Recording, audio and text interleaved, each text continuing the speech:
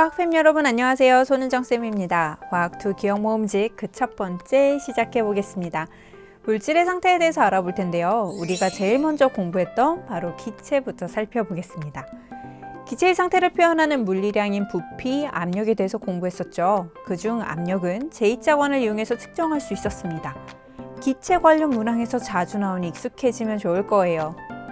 기체의 부피, 압력에 대해서 공부한 후 기체와 관련된 법칙들을 살펴봤었는데요. 일단 보일 법칙은 기체의 양과 온도가 일정할 때 기체 부피는 압력에 반비례한다 라는 내용이었습니다.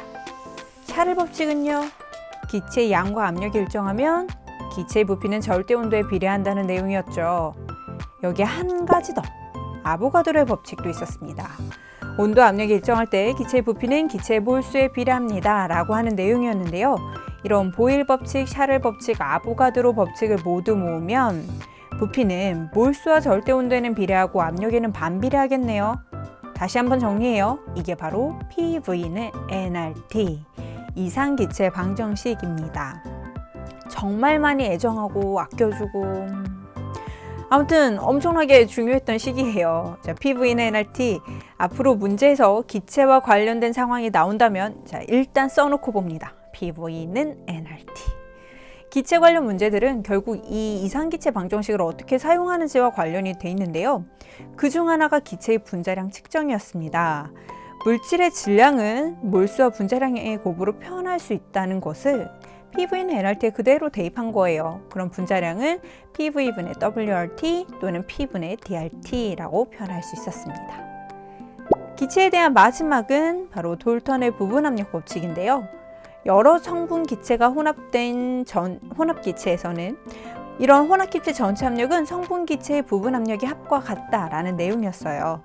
성분 기체의 압력은 전체 압력의 성분 기체의 몰 분율을 곱해서 구할 수 있었죠. 몰 분율은요, 전체 몰수 중 관심 있는 성분 기체의 몰수가 얼마만큼 들어있는지 비율로 표현해주는 값이었고요. 자, 이렇게 하면 우리 드디어 기체 끝입니다. 공부할 양이 많긴 했지만 결국은 PV는 nRT 그리고 하나 더 돌턴의 부분압력 법칙까지 정리하면 기체는 마무리할 수 있을 것 같아요. 그럼 이제 분자 간 상호작용 정리해 볼게요.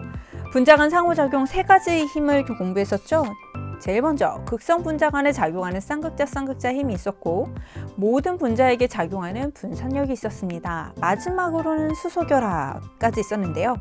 특히 분산력은 분자 내 편극 현상에 의해 발생하는 힘이었습니다.